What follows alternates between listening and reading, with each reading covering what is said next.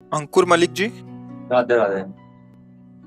महाराज जी, अपने मन को किसी भी कठिन स्थिति में शांत कैसे रखा जा सकता है, कृपया मार्गदर्शन। विवेक, जो बुद्धि पर भी शासन कर सकता है उसका नाम विवेक है। विवेक के द्वारा बुद्धि युक्त होती है तो मन को शासित कर लेती है, मन को अधीन कर लेती है। नहीं तो जैसे हमने सुना कि ये नहीं करना चाहिए, मन प्रेरणा कर रहा है और हम कर बैठे, तो इसका मतलब बुद्धि निर्णय ठीक नहीं कर पाई।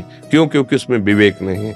और विवेक प्राप्त होता है सत्संग से, शास्त्र स्वाध्याय से, भगवान की भक्ति से। बिना विवेक के शासन नहीं कर सकते।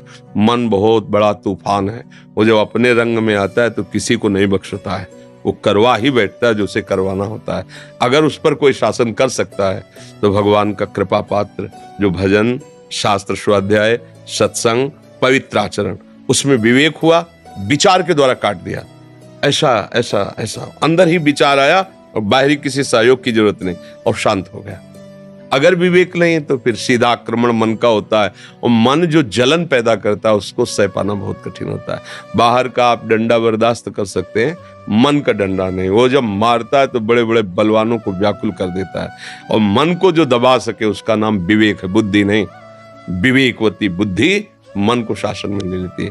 अभी अपने लोगों की दुर्दशा है, विषय ने इंद्रिय को वश में कर रखा है, इंद्रिय ने मन को वश में कर रखा है, मन ने बुद्धि को वश में कर रखा है। जो चाहता है वो सब करवा रहा है, और इसका उल्टा होना चाहिए।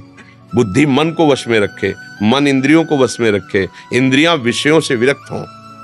अब ऐसा कोई दृश्य देखा, कोई भोग देखा, मतवाले हो गए, तो हमारा पूरा सिस्टम उल्टा है, नष्ट होने वाले मार्ग में जा रहा है। अब अध्यात्म का अगर ज्ञान हो, अध्यात्म से, तो इसको उल्टा करना है। और है ऐसा ही कि बुद्धि शासित मन, मन शासित इंद्रियां, और इंद्रियां निर्विषय, तब वो आनंद का अनुभव होता है। अभी बिल्कुल उल्टा है। छोटा छोटा विषय इंद्रियों को अधीन किए, मना कष्टानि इंद्रियाणि प्रकृति स्थानि कर सती। ये प्रकृति हमारे मन को अधीन किए हुए, जो चाहता है वो मन हमसे करवा लेता है। इसलिए हमारी दुर्दशा हो रही है।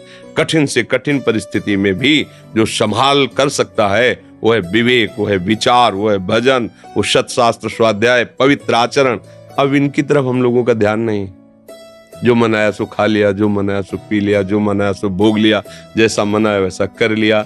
लक्ष्य केवल धन, चाहे जैसे मिले, तो फिर वो बात अलग हो गई। इसलिए समझ में नहीं आता और मन जैसा चाहता वैसा करवा लेता है।